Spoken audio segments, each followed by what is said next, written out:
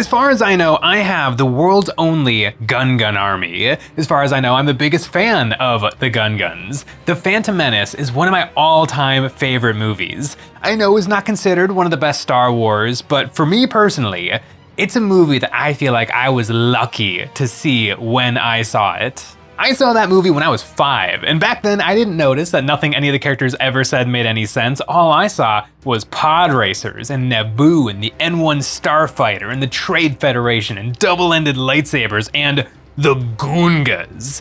Like that movie, if you're going to a movie to see some movie, The Phantom Menace delivers the goods. These miniatures were sculpted by a creator called The Black Remnant, and I put this army together thinking about games like Star Wars Legion and one-page rules. It is a proper force, the grand army of the Gungas. This is a truly one-of-a-kind collection. I own 3 squads of 5 Amidala-wielding militia gungs with their transparent pink energy shields. Nick figured out how to 3D print these in transparent resin for extra realism. I have 1 squad of electropole-wielding militia gungs for getting in close with their opponents, 1 squad of long-range Cesta launchers for hurling big boomas over the heads of their comrades to devastating effect, 2 squads of plucky Kadoo riders, the Knights of the Gungan army, fast-moving, not-so-shocking cavalry, and 2 massive Gungan catapults. These are actually action figure accessories that I have repainted as they're about the right size for tabletop. In putting this one-of-a-kind army together, I always knew this would not be it. I have quite a bit to add to this force. In this box is a whole bunch of Resin Gungan goodies, including some terrain, some absolutely iconic bubble homes, bringing a little underwater charm to the tabletop. And I have 4 absolutely iconic heroes, everyone's favorite. Well, at least some of my favorites. I got these figures up onto some painting handles and I gave them all a black prime, then a white zenithal from above. My Gungan army is mostly painted with speed paint, so I want to keep this going on my heroes, and hopefully get them done quick. I added a satin varnish to protect the fragile ink layer, and now on to painting. I want to start with the Gungan adjacent Queen Amidala. I sprayed her with a dark red, tinting that zenithal, and then coming back in with some bright saturated red from above. Then I did a dry brushing of this same bright red to hit on all the details of her queen's robes. Even though she's a very extravagant mini, there isn't all that much to paint. Now that it's been redded, I hit the not red parts with some dark, almost black brown. Then I picked out her headdress and some of her dress with some gold paint, and I gave her hair a wash with some black wash to shade the recesses, and I splashed this onto the other brown parts as well. Then I did a quick dry brushing, putting some lighter brown onto her hair, and I used this color in my dry brush to stipple this onto the other brown parts of her trim. Then came the hard part, painting her face. It took 2 coats of gray to cover over the red, then I mixed in some more white paint to start painting up her face. Her wacky Naboo makeup was a little tricky, but after enough fussin', I got it to look decent. I very carefully picked out her eyes, getting them almost symmetrical, and I held my breath while applying her lipstick and beauty marks. With the hard part out of the way, I hit her hands with some red beige, and then it was onto the glowy energy balls hanging off her dress. I base coated these with some yellow paint and then glazed on some orange speed paint and a little red towards the tops to make a gradient. I hit the front with a little bit more yellow for an edge highlight and then the undersides with black. All in all, a quick paint job for one of my favorite looks in any Star Wars. This is actually my second time painting up a Queen Amidala figure for the game Star Wars Shatterpoint. I got to paint up a Queen Amidala from the Phantom Menace. Pretty cool that I've gotten to do it twice. Now, oh, I just broke her off the base. That's okay, I'll fix it later. Now, moving aside with Queen Amidala, it's time to move on to the leader of the Gungans, Boss Nass. Boss Nass is begging for some speed paint. Some of you might wonder why he doesn't look like a Gungan, and that is because he is actually a different species of Gungan. All the other Gungans we see are Atola Gungans. Boss Nass is a member of the Ankura Gungans. After getting brown down on his robes, I hit his undershirt and staff with some black speed paint. Then I picked out a little bit of his hat with some brown paint as underpainting for some dark green speed paint. I put a dark green speed paint over his pointy hat and shoulder pads, giving these a second coat to darken a few spots and make the shadows more saturated. Then I hit him all over with a dry brushing of an earth brown to brighten him up a little bit. Now for some gold. I found it easiest to be a little careful and dry brush this on, hitting all the embellishments of his robes. Now onto his Gungan skin. I started off with a bone color to turn him a warm tan complexion. Now onto a green, and for this I took a little bit of saturated green speed paint and I started layering this on, going over his forehead and cheeks over and over to build up a gradient from his pale skin to a dark bullfrog green. I hit his bill with a little more tan speed paint and I painted some red beige over his eyebrows, lips, and chin. I dotted his eyes with some yellow paint and then painted some bright green onto the center of his scepter, and in record time I had another Gungan for the collection. Remember when he did that? Written and directed by George Lucas. I got a boss Nass, and he's on my desk, and he looks great. Now onto another Gungan leader. This is a model of the character Richelieu from the Clone Wars. As you can see, my phone displays this image perfectly. In the show, he was very connected to the mythical aspects of Gungan society, able to do a little magic, so I think he'll make a great mage for my force. Kind of a Gungan librarian. I started off hitting his robes with a speed paint mix of brown and yellow. I picked out the stripes of his robes and a little bit of the animal print patches with some more brown paint. I went over his robes again with some more saturated brown to darken it a little and blend in some of the brown paint. Then I gave it a dry brushing with some tan to hit on all the edges. I picked out his shirt with some electric blue, and now for his purple complexion. I started out hitting everything but his bill with one coat of purple speed paint, and then as it dried, I did a few more layers over top to build up the coverage and give him a nice gradient, from the cold white primer to a dark saturated purple. Now the only thing left is picking out his gigantic nose ring with some bone color and dotting his eyes with some yellow. And that is the finishing touches on another figure for my growing Gungan collection. One Gungan sorcerer added to the army. Technically this is Richelieu from the Clone Wars, who was a bad guy, so for my army this is just going to be a generic Gungan sorcerer, and interestingly purple. In the movie you only see like pale orange and pale green Gungans, but technically some of the Tara Whitlatch concept art was in purple, and purple has now been canonized with the Clone Wars TV show. Next up, I was really excited when I saw this guy, a grim dark Gungan. This is Darth Jar Jar. As far as I know, a non-canonical character, although I've heard he's made appearances in LEGO Star Wars. I want a Jedi in my army, so I'm thinking maybe I can de-Sithify this guy with a paint job. I started off washing his chiseled abs with some tan speed paint. Then I took an orange speed paint and started painting on the Jar Jar pattern, putting this over his head, ears, and shoulders, doing a few coats to build up the vibrancy of this color. I hit his pants with the brown speed paint to make them look a little Jedi roby, but looking at the mini, it just wasn't working. This is Darth Jar Jar, and I think it needs to be that way. I dry brushed white over his brown robes to re-slap chop these spots, and then gave them a dunk in a Sith black. Then I painted his saber with a bright red. Now to add a little glow, I wrapped him up in paper towel to protect the paint job while I sprayed this onto the blade and I let it splash onto his pants a little. Then I threw some red ink into my airbrush and sprayed this over the white to give him a sinister glow. He's ready to go commit some war crimes, maybe topple a couple of republics. I tried to turn Darth Jar Jar into a Jedi, but this sculpt can't be anything other than an evil Gungan Sith, so maybe one day I'll try to kit bash or convert something into a Gungan Jedi. 4 Gungan characters, or rather 3 Gungan characters and a Naboo added to the Force. Now I've got a proper army, but now I want to put together something for that army to defend. This is one of the coolest things I've gotten to do. It's a little bubble house. If anybody has ever played the video game Star Wars Galactic Battlegrounds, which is a really good Star Wars RTS from 1999, one of the playable factions in that game is the Gungans, and there's Gungan buildings, and a lot of these pieces were inspired by some of the buildings in that game. All this terrain was designed by us here at EonsOfBattle. It's got plenty of flat playable space on top while still maintaining that classic bubble force field appearance, and is available from EonsOfBattle.com as of the month of December. In Star Wars lore, the Gungas actually settled a lot of the habitable moons of Naboo, and they probably did it with structures that looked a lot like these puppies. These force field bubbles are giving me a lot of joy. A little Gungan colony, waiting for some paint to bring them to life. And they printed perfectly, because they were printed in beautiful Sorcerer resin. Sorcerer resin is the very best quality 3D printing resin, and we have a code if you guys want to try it for yourselves. Use EonsOfBattle to get 8% off your order of Fast Navy Gray. I started out taking them outside to spray them down with some white rattle can primer. I think these are going to come together in 2 parts, the bubbles and then everything else. I started out spraying all the bubbles and the flat parts of the buildings with some desaturated yellow paint. Then I put some brown speed paint into my airbrush and sprayed this on, following all the columns and structures to start making the energy look like it's darkening along the edges. Then I took a white paint and sprayed this onto the tops of all my bubbles. Now I have some shadows and highlights. I want to tint the bubbles to make them glow.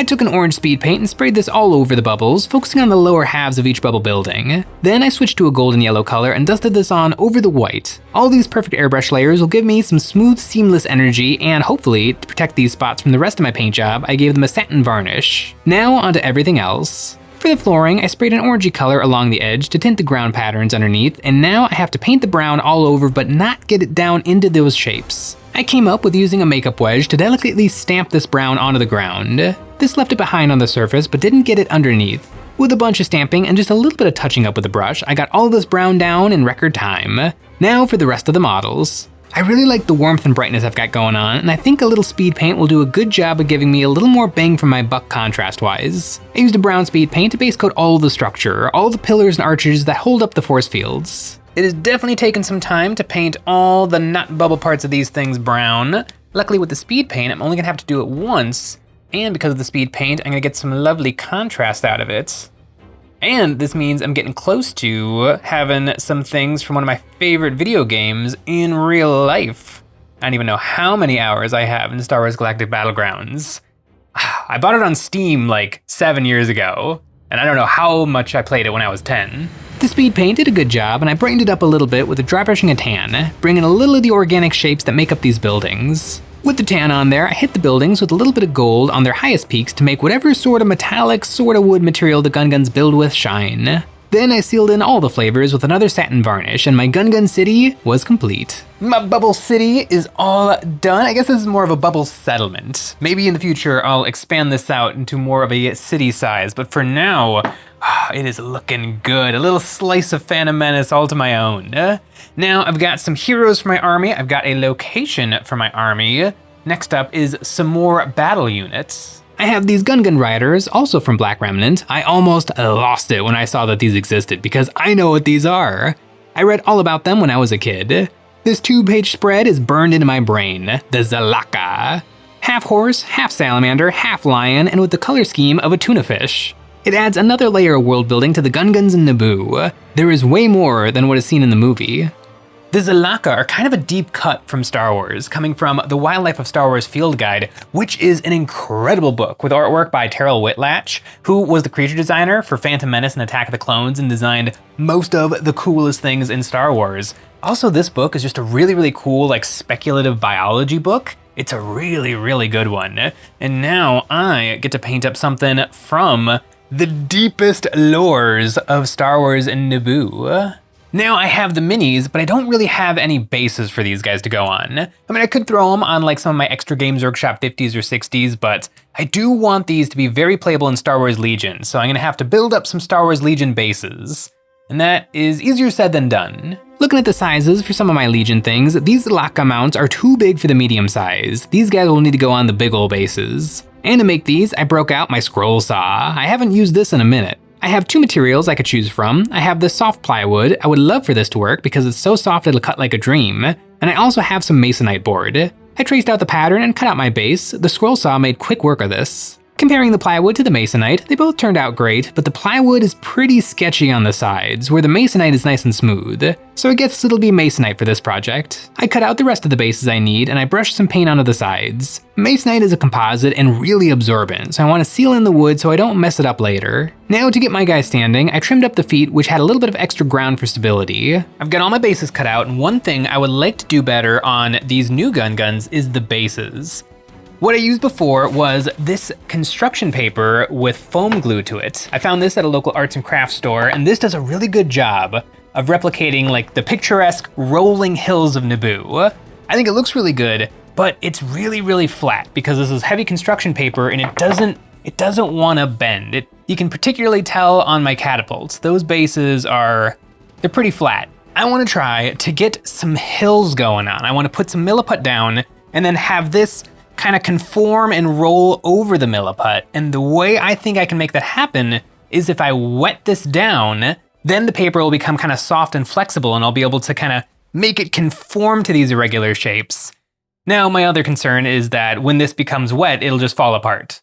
But I have a feeling I can make it work. I glued down some puddles of milliput and then cut out squares of my grass big enough to cover the base. I sprayed it down with some water and gave it some time to become saturated. After a bit, I wiped off the excess water and it was feeling soggy and a little more pliable. I covered the base in a lot of super glue and then pressed down my paper fast, trying to really crush it down. It seems like it worked like a charm. I flipped the bases upside down and trimmed off the excess. I hit the edges with a little bit of sandpaper to clean them up and knock off some of the flock that is precariously close to the edge. Knowing this works, I did the same for the rest of the bases. These hills are pretty subtle. I wonder how far I could push this in the future. Now that I have my bases, I can fill them up with some fellas. The Zalaaca are a very bright alien species, so I started off with some white primer. Then I sprayed a little bit of a light cold gray from above and below to hit on some of their muscles and details. Then I painted a stripe of white running across their bodies to brighten them up. Now to match the artwork, I'm thinking speed paint. It's been working great for the Gungan skin, so I thought I would give it a try on these guys. Doing a stripe of pure yellow and then a little bit of an orange to shade the yellow a little. Then I put on some more layers of a royal blue on the top and bottom of each beast. Following the patterns in the book, looking at this fella, I think he got too saturated too quickly. I decided to start over, using regular old paint and to go really slow and carefully to build up that color. Starting off with a very light yellow, painting this on the stripe and then working up through layers to almost white blue. Then slowly adding in more and more color, working slowly in layers, each layer getting a little bit more saturated than the last. Working like this helped because if I did end up going too far, I could dial it back with the previous layer. And after some fussing, I had something much better. I did use a little bit of speed paint to punch up the saturation, using it as a very thin glaze over my colors. Then I put some red beige color onto his face and over some of his white, fur, scaly things to make him feel alive. I washed his face with a red wash to bring out the details of his face, and I used some white paint to highlight these spots, making sure he had crispy white teeth and magenta eyes. For the female Zalaaca, they have a different pattern, blue all over with spots. I started off glazing some red beige over the large muscles on these critters. Once those were on there, I started glazing up through different pale blues that I mixed up for my last Zalaaca, putting on big wet brushfuls and then coming back in with a clean damp brush and feathering these out. Once I was almost at my full saturated color, I broke out the airbrush and I turned the PSI way down to spit out some paint. These will be the spots, and then I finished her off painting on the bluiest blue. I painted on some big spots, putting these all along her sides, and I added a drop of blue speed paint to the middle of these to make them darker. Then I put some red-brown speed paint over her face, and then I made highlights in these spots with white, and for my female Zalaaca, they have electric blue eyes. Now my creatures are done, I hit their tack and saddles with some brown paint, using some brown speed paint to darken them, and then hitting them with a dry brushing a tan. For the war feathers, I dry brushed these with a white, and then gave them a bath of gray speed paint. Then for the tips of the feathers, I painted these on with the black speed paint, using a damp brush to feather them out. Pun intended. Then for the little bedrolls, I hit these with some green. I felt like brown would have been overdoing it, and I touched up the bags with some leather straps. Now I have 4 perfect little horsies. My Zalaaca squadron is all done, torn straight from the pages of Terrell Whitlatch. These guys are going to represent the heavy cavalry in my army.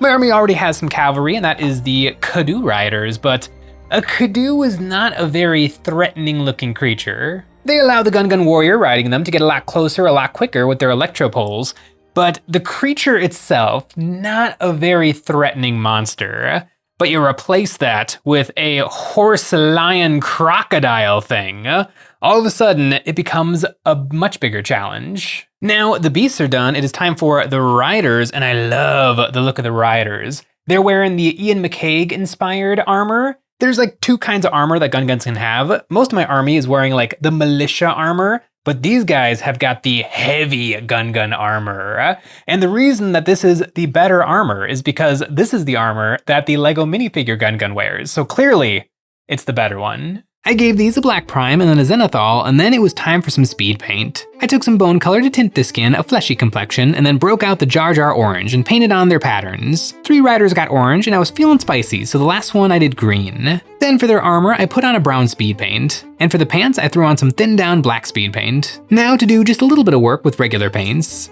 I painted their masks with some brown, and then hit the electro poles with some black speed paint. Then a dry brushing of silver. Super quick and super successful Gungan warriors. I attached these to their beasts. Some of them are sitting in saddles, and some of them are standing on their steeds. I glued them down to the bases, and then they looked perfect. I never thought I would have Zalaaca in my collection. Now I want to get my fellas onto some bases. I cut out some circles of grass and then stuck them onto some 25 mils. The infantry are pretty easy when it comes to basing. The cavalry are more complicated, and I don't think I'm done yet. Everybody's now up on some bases, and I am very excited that I was able to make those bases just a little bit more interesting. I feel like they do very accurately represent the rolling plains of Naboo from the movie, but they are a little simple and bland, and I want to see if there's a couple of little somethings I can do to make them feel a little bit more finished.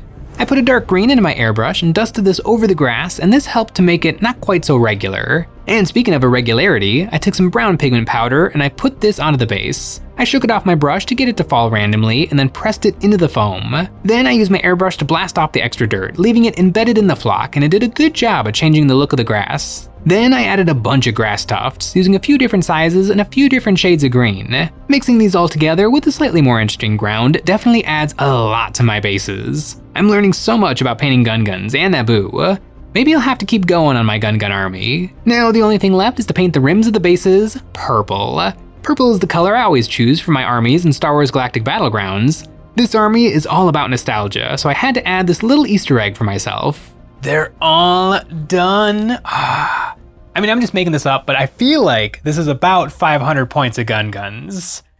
And I want to see what the whole shebang looks like now.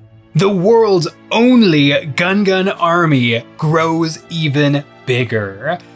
This is the weirdest thing I have ever seen, because this doesn't exist. This army is kind of pulled out of thin air. Black Remnant made a lot of the minis, and Black Remnant, if you happen to be watching this right now, if you make more Gungans, I will buy them. It looks so good. The Zalaaca riders, I thought because they're blue, they might look a little bit out of place in the collection, but actually their blue matches the blue of the Gungan energy balls. And so they're a really nice accent piece to this collection. And speaking of accent pieces, the Bubble City. My little bubble settlement will give my Gungans something real to fight for. And the Bubble City, available from EonsOfBattle.com.